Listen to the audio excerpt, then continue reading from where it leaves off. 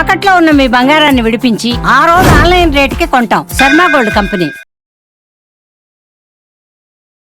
నమస్తే, మీరు చూస్తుంది సుమన్ టీవీ. నేను మీ కీర్తి. ఈ రోజు నాతో పాటు ఉన్నారు ప్రముఖ జ్యోతిష్య పండితులు బ్రహ్మశ్రీ నందిబట్ల శ్రీహరి శర్మ గురువు గారు. నమస్తే గురుగారు. వాగర్థావివ సంపృక్తౌ వాగర్థ ప్రతిపత్తయే జగతః పితరౌ వందే పార్వతీ పరమేశ్వరౌ. సదాశివ సమారంభాం శంకరాచార్య మధ్యమాం అస్మదాచార్య పర్యంతం వందే గురు పరంపరాం. ఆదిత్యాయ చ సోమాయ మంగళాయ బుధాయ చ గురు శుక్ర శనిభ్యశ్చ రాహవే కేతవే నమః. శృంగేరి జగద్గురు పీఠాధిపతులకి, కంచి పీఠాధిపతులకి నమస్కారములు తెలియజేసుకుంటూ కార్యక్రమాన్ని ప్రారంభిద్దాం. గురుగారు, మీరు ఎప్పుడు ఎక్కడైనా ఏదైనా సందర్భం వస్తే భీష్ముల వారి గురించి చాలా అందంగా చెప్తూ ఉంటారు. వారి గొప్పతనం గురించి, వారి జీవితం గురించి, వారి జీవితం ద్వారా మనం తెలుసుకోవాల్సిన విషయం గురించి. మరి ఈ మాఘమాసంలో భీష్మ ఏకాదశి కానివ్వండి, భీష్మాష్టమి గురించి కానీ ప్రత్యేకంగా మాట్లాడుకుంటుంటాం కదా. ఈ వీడియో ద్వారా కొంచెం క్లియర్గా వారి గురించి తెలుసుకుందాం, వారి ప్రస్తావన గురించి తెలుసుకుందాం. భీష్మ ఏకాదశి మనకు 8వ తారీఖు రోజున అయిందమ్మా. ఈ ఫిబ్రవరి నెల 8వ తారీఖు రోజున భీష్మ ఏకాదశి. విశేషం ఏమిటంటే, ఈ భీష్మ ఏకాదశి అంటే మనకు సాధారణంగా ప్రతి నెలలో ఏకాదశులు వస్తుంటాయి. ఒక్కొక్క ఏకాదశికి ఒక్కొక్క ప్రాతిథ్యం ఉంటుంది.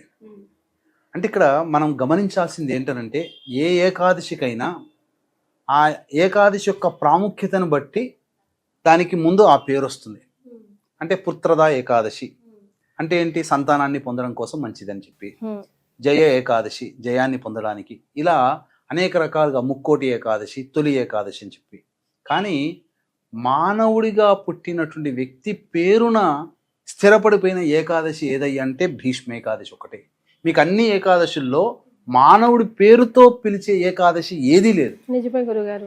భీష్మ ఏకాదశి అంటే భీష్ముడు అంతటి గొప్పవాడు కాబట్టే ఆ ఏకాదశి తిథికి అంతటి ప్రాధాన్యత వచ్చింది. భీష్ముడి వల్ల ఆ మాఘమాసంలో శుక్లపక్షంలో వచ్చే ఏకాదశికి అంత ప్రాధాన్యత. ఎందుకంటే భీష్ముడు కూడా ఎదురు చూశాడట ఆ రోజు వరకు, ఏకాదశి రోజునే మరణించాలని. ఎందుకంటే తనకి తన తండ్రి ఇచ్చినటువంటి వరం. అంటే చాలామంది ప్రేక్షకులకి ఉన్న ఒక అభిప్రాయం ఏంటంటే, తండ్రి శంతన మహారాజు నేను సత్యవతిని పెళ్లి చేసుకుంటానంటే నువ్వు అడ్డున్నావు కదరా, నువ్వు పెళ్లి చేసుకోనని చెప్పు, ప్రతిజ్ఞ చెయ్యి, అప్పుడు నాకు వాళ్ళు పిల్లనిస్తాన్నారు అని అంటే ప్రతిజ్ఞ చేస్తాడు. భీషణమైన ప్రతిజ్ఞ, దాన్నే భీష్మ ప్రతిజ్ఞ అని వచ్చింది. ఈ రోజుల్లో ఎవరైనా కానీ ఒక గొప్ప మాట అన్నారంటే భీష్మ ప్రతిజ్ఞ అని అంటుంటారు. నువ్వు భీష్ములాగా అలా కూర్చున్నావేంటి, భీష్మించు కూర్చున్నావు అంటే స్థిరచిత్తుడు అని అర్థం అక్కడ. అంటే దేనికి కూడాను తొణికి బెణికేటువంటి స్వభావం కాదు ఆయనది. అంటే చాలా మంది అనుకునేటువంటిది ఏంటంటే, తండ్రికి సహకరించాడు పెళ్లి చేసుకోవడానికి, తాను పెళ్లి చేసుకోకుండా ఉంటానని చెప్పి ప్రతిజ్ఞ చేశాడు కాబట్టి అప్పుడు తండ్రి వరం ఇచ్చాడు, నీకు ఇచ్చా మరణం అని చెప్పి అని అందరికీ సినిమాల ద్వారా, సీరియల్స్ ద్వారా తెలిసిన మాట ఇది. అవును గురుగారు. కానీ అసలు వాస్తవం వేరు. అసలు ఎలా కలిగిందనంటే, భీష్ముడి తండ్రి ముసలితనం వచ్చిన తర్వాత, మరణించిన తర్వాత పిండ ప్రదాన కార్యక్రమాలు చేయాలి. ఎంతటి గొప్పవాడైనా నదీ తీరంలోనే చేసేవారు ఆ రోజుల్లో. అంటే పిండ ప్రదాన కార్యక్రమము మన డబ్బుని చూపించుకునేది కాదు. పిండ ప్రదాన కార్యక్రమం చాలా నిరాడంబరంగా చెయ్యాలి. అప్పుడే పితృదేవతల అనుగ్రహం కలుగుతుంది. అంబానీ కూడా ఒంటి మీద బట్ట లేకుండా, పైన లేకుండా, నడుముకి చెల్ల కట్టుకొని పిండ ప్రదానం చేయాల్సిందే. అంత గొప్పవాడైన, ధనవంతుడైన, అక్కడ అందరూ సమానమే. కానీ ఆయన నదీ తీరంలో కూర్చొని సశాస్త్రీయంగా పిండ ప్రదానం పెడుతూ ఉంటుంటే ఒక చెయ్యి వస్తుంది పైకిలా. అది ఎవరిది? శంతన మహారాజు తన తండ్రిది. చూడగానే నా తండ్రే కదా అని చెప్పి ఇట్లా చెయ్యి చాస్తా పిండం పెట్టే సమయంలో. కానీ అక్కడ నా తండ్రి చెయ్యి చాచాడు, పిండం అడుగుతున్నాడని చెప్పి పిండం చేతిలో పెట్టలా, దర్భ ఉండి ఆ దర్భలో పెట్టాడు పిండం. ఆ కారణం చేత శంతన మహారాజు చాలా తృప్తి పొంది, నాయన అంటే దేవత అయ్యాడు అక్కడ. తండ్రి చనిపోయిన తర్వాత, చనిపోయిన వారందరూ దేవతలు ఎవరైనా వచ్చి, నేను చెయ్యి పెడితే నేను పరీక్షించాలని వచ్చాను నాయన, నేను చెయ్యి పెడితే ఎక్కడ నా చెయ్యి పెడతావో, నా చేతిలో పిండాన్ని పెడతావో, ధర్మాన్ని ఎక్కడ తప్పుతావో అని చెప్పి భయపడ్డాను. కానీ నీవు సశాస్త్రీయముగా దర్భల మీదనే నువ్వు పిండ ప్రదానం చేశావు, నీవు గొప్పగా ధర్మాన్ని పాటించావు, నియమాన్ని పాటించావు అని చెప్పి ఆ శంతన మహారాజు ఆ సమయంలో అతనికి ఇచ్ఛామరణాన్ని అనేటువంటి వరాన్ని ఇచ్చాడు. ఇది మనకు వ్యాస భారతంలో ఉంటుంది. అందుకనే మూలం చదవమంటారు. రామాయణం అంటే ఎవరో రాసించింది కాకుండా వాల్మీకి రామాయణం, భాగవతం పోతన, మహాభారతం వ్యాసుడు రచించినదే చదవాలి. అప్పుడే మనకు అన్నీ తెలుస్తాయి. ఆ విధంగా అప్పుడు వరాన్ని పొందాడు. కాబట్టి యుద్ధంలో భీష్ముడిని ఎదిరించేవాడు ఎవరూ లేరు. కానీ భీష్ముడిని ఎదిరించాలి అని అంటే అతను ఒకటే చెబుతాడు, ఏంటంటే ఇప్పుడు మనం చెప్పుకునే థర్డ్ జెండర్గా ఉన్నటువంటి వాళ్ళు ఎదురైతే నేను అస్త్ర సన్యాసం చేస్తాను అని చెప్పి. కానీ ఆ రోజుల్లోనే శిఖండి పురుషుడిగా జన్మించి ట్రాన్స్జెండర్ గా మారిపోయాడు. అంటే అప్పట్లోనే ఈ ట్రాన్స్జెండర్ ఆపరేషన్స్ అప్పుడే ఉన్నాయి. అదే కదా గురుగారు. శిఖండి అప్పుడు అలా మారాడు. 3 రకాలైన లక్షణాలతో. కనగన అస్త్ర సన్యాసం చేస్తాడు. అర్జునుడు బాణాలు వదులుతాడు. తన ఇక యుద్ధం చెయ్యను అని అంటాడు. యుద్ధం చేయకుండా ఉంటాడు. మరి ఎక్కడ ఉండాలని అంటే అంపశయ్య మీద ఉంటాడమ్మా. ఇప్పుడు చాలా మందికి ఒక డౌట్ వచ్చి ఉండాలి, మరి అంపశయ్య మీదనే ఎందుకున్నాడు?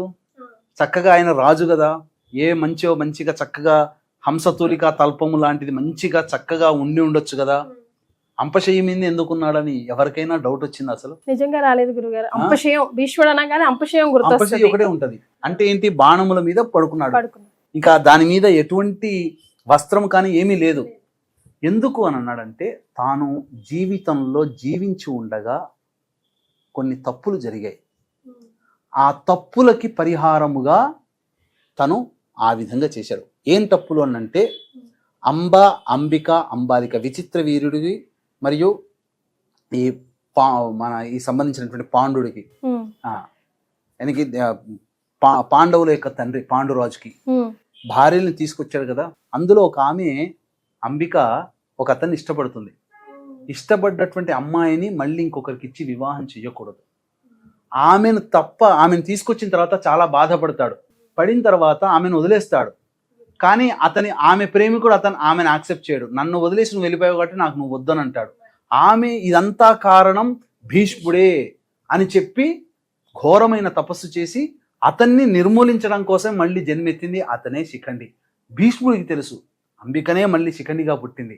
కాబట్టి నేను ఆమెకు చేసినటువంటి ద్రోహాన్ని ఆమె మళ్ళీ జన్మ ఎత్తింది కదా, ఆ జన్మలో ఆ పాపాన్ని కడుక్కోవాలి అంటే ఆమె ఎదురైనప్పుడు అస్త్ర సన్యాసం చేసేశారు. అది అక్కడ యుద్ధంలో జరిగింది. రెండవ తప్పు ఏం చేశాడనంటే ద్రౌపది వస్త్రాపహరణం జరుగుతున్నటువంటి సందర్భంలో మనకేంటనంటే ఎంతటి మనవాళ్ళైనా కాకపోయినా ఎవరైనా బాధపడుతున్నా ఇబ్బంది పడుతున్నా వాళ్ళ మానానికి ఇబ్బంది పడుతున్నారు అని అంటే రక్షించి తీరాలి, అది రాజధర్మం.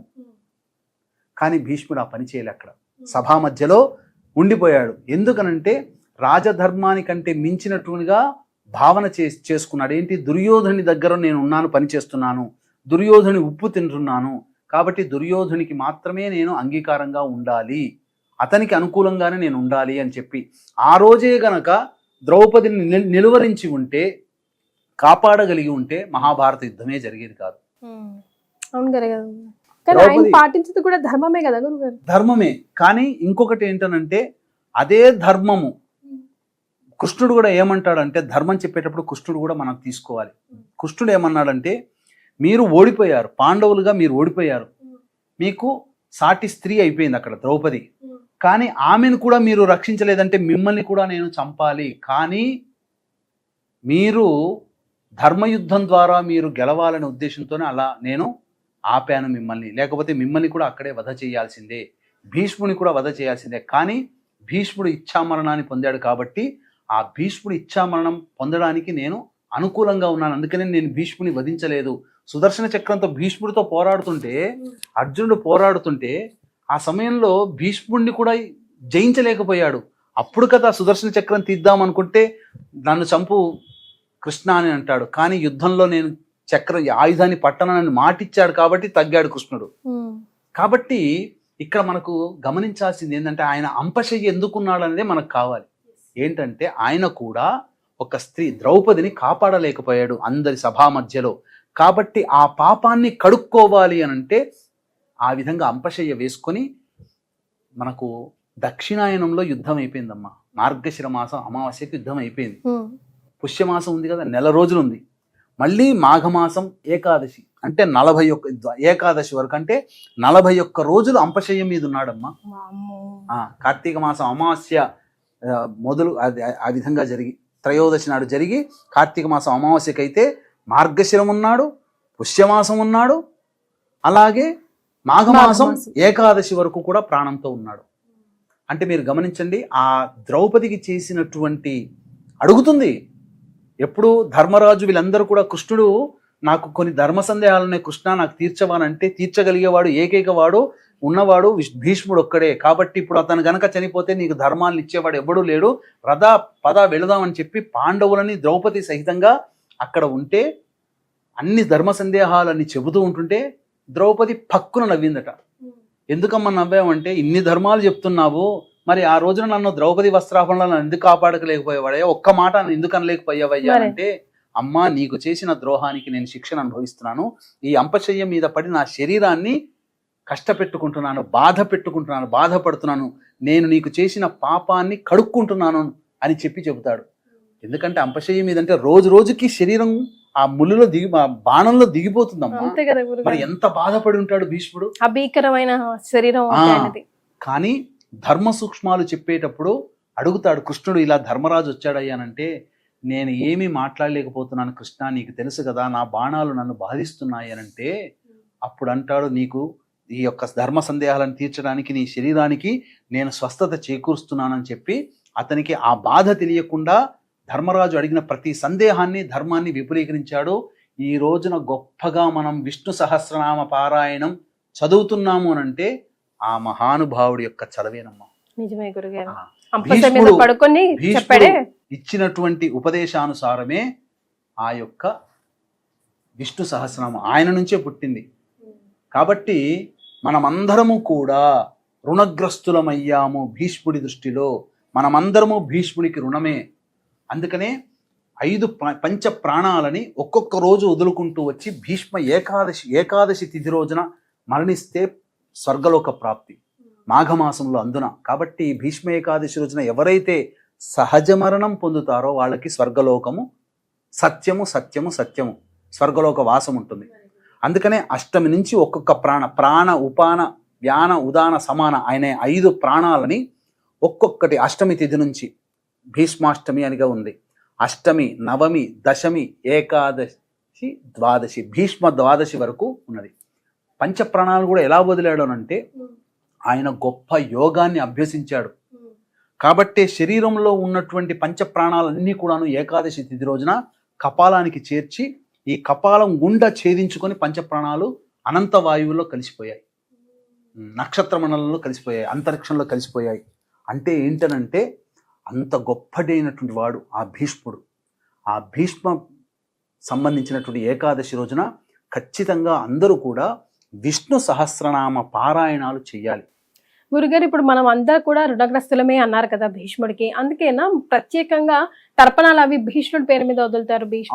భీష్మ తర్పణాలు ఖచ్చితంగా ప్రతి మానవుడు చేసి తీరాల్సిందే. అది ఎలా చేయాలి, ఏ విధంగా చేయాలనేది మనం తెలుసుకుందామమ్మా. వీక్షించేటువంటి ప్రేక్షకులకి గమనిక, ఈ మాఘ పౌర్ణమి ఫిబ్రవరి 12వ తారీఖు రోజున త్రివేణి సంగమం ప్రయాగరాజ క్షేత్రములో జాతకరీత్యా కలుగు విద్య, వివాహ, ఉద్యోగ, దాంపత్య, సంతాన, అనారోగ్య సమస్యల నివారణకి సర్వదోష నివారణ హోమాలు.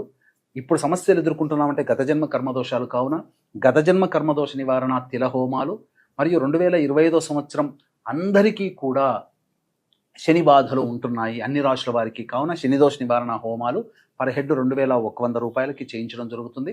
అలాగే మరుసటి రోజు 13వ తారీఖు ఫిబ్రవరి రోజున మఖా నక్షత్రం పితృదేవతలకి సంబంధించిన నక్షత్రం.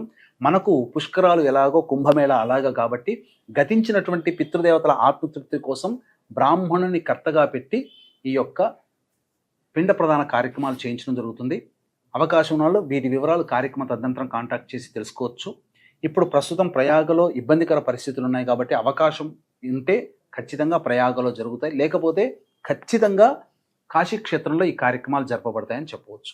మరి గురుగారు, ఎలా ఇవ్వాలి ఇంట్లోనే ఇవ్వాలా, ఆలయంలో ఇవ్వాలా, భీష్ముడికి తర్పణాలు ఇవ్వాలంటే మాకు వంతన ఉందండి, లేదండి, ఇవ్వచ్చా ఇవ్వకూడదు ఇలాగ అంటూ ఉంటారు కదా. ఎవ్వరైనా కానీ పుట్టిన ఈ కలియుగంలో భీష్ముడి తర్వాత పుట్టిన ప్రతి మానవుడు కూడా మనం రుణగ్రస్తులమే, భీష్ముడికి రుణపడి ఉన్నాం. కాబట్టి ఆయన రుణాన్ని తీర్చుకోవాలి.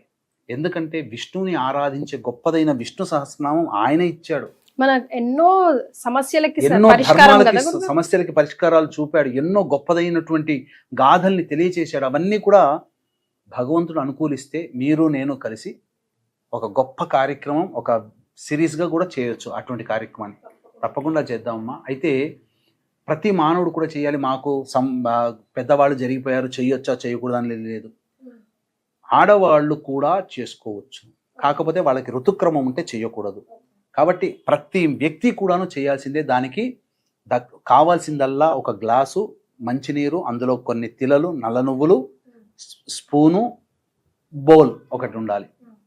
గణపతికి నమస్కారం చేసుకొని ఈ రోజున పితామహుడు అయినటువంటి భీష్ముడికి తర్పణాలు వదులుతున్నానని చెప్పి తర్పణాలు వదలాలి అని గణపతికి నమస్కారం చేసుకొని దక్షిణం వైపు ఫేస్ పెట్టి వైయాఘ్రపద్య గోత్రజుడైనటువంటి భీష్ముడికి మరియు అపుత్రకుడు అంటే సంతానము లేనటువంటి భీష్ముడు, బ్రహ్మచారి, మహావీరుడు, గంగా తనయుడు, శూరుడు, ఇచ్చిన మాట జవదాటని వాడు అయినటువంటి భీష్ముడికి మోక్షము కలుగుగాక అనగా భీష్ముడికి తర్పణాలు వదులుతున్నానని చెప్పి భావనతో నీళ్లు తీసుకొని ఆ భీష్ముడి పేరు చెప్పి భీష్మ తర్పయామి తర్పయామి తర్పయామి అని 3 సార్లు ఆ విధంగా తర్పణం చేస్తే చాలమ్మా. ఎంతసేపు పడుతుందమ్మా? 5 నిమిషాల కార్యక్రమం. మనల్ని ఉద్ధరించిన వాడు భీష్ముడు, ఆయన కోసం ఒక 5 నిమిషాలు కేటాయిస్తే తప్పేముంది? ఈ రోజున విష్ణు సహస్రనామ పుస్తకాలు ఎవరైతే దానం చేస్తారో విష్ణు యొక్క అనుగ్రహం సంపూర్ణంగా కలుగుతుంది.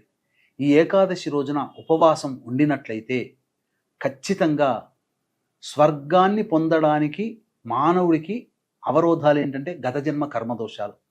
గత జన్మ కర్మదోషాలు తొలగిపోవాలంటే ఈ రోజున విష్ణు ఆరాధన విశేషంగా చేయాల్సిందే. ఉపవాసం ఉంటే చాలా మంచిది. విష్ణు దేవాలయంలో ఏ సేవ అయినా చేయండి, ఊడవచ్చు, క్లీన్ చేయడం కానీ ఈ ఏకాదశి రోజున ఎక్కడ విష్ణు దేవాలయం అంటే అక్కడ చేయండి. ఎక్కడ విష్ణు దేవాలయం అంటే అక్కడ దీపారాధన చేయండి. ఆ విష్ణు దేవాలయం దగ్గర ఉన్నటువంటి అభాగ్యులకి అన్నదాన కార్యక్రమాలు, వృద్ధులకి ఆ రోజున చేయండి. పండ్లు పంచండి, అన్నదానం చేయకూడదు, పండ్లు పంచండి. ద్వాదశి రోజున అన్నదానం చేయాలి, ఏకాదశి రోజున పండ్లు మాత్రమే పంచాలి. పండ్లు, పాలు, ఇతర పదార్థాలు అనాథలకి, వృద్ధులకి, పిల్లలకి, దేవాలయంలో ఉండేటువంటి వాళ్ళకందరికీ కూడాను పండ్లు పంచండి. శక్తి ఎంత భగవంతుడు ఇస్తే అంత. ఆ విధంగా చేసినటువంటి మానవుడికి సంపూర్ణముగా విష్ణు అనుగ్రహం కలుగుతుంది. గత జన్మ కర్మదోషాలు తొలగి మనిషి ఫ్రీ అవుతాడు. ఎలాంటి ఫ్రీ అవుతాడంటేనమ్మా, జ్వరం బాగా వస్తుంది అబ్బాయికి, మనకు వచ్చింది అనుకుందాము, ఒక ఇంజెక్షన్ వేసి అరగంటలో చెమటలు పట్టేసేసి ఉన్నాయంటే ఎంత రిలీఫ్ ఉంటుంది. అలాగా మన కర్మదోషాలు తొలగిపోయి మానవుడు నూతన ఉత్సాహంతో ఉంటాడు. మళ్ళీ ఆ రోజు నుంచి అతనికి లెక్కలోకి వస్తాయి. నిజంగా ఈ రోజు విశిష్టత గురించి భలేగా తెలియజేశారు గురువు గారు. చాలా సంతోషం అండి. ధన్యవాదాలు. సర్వం శ్రీ ఉమామహేశ్వర పరబ్రహ్మార్పణమస్తు.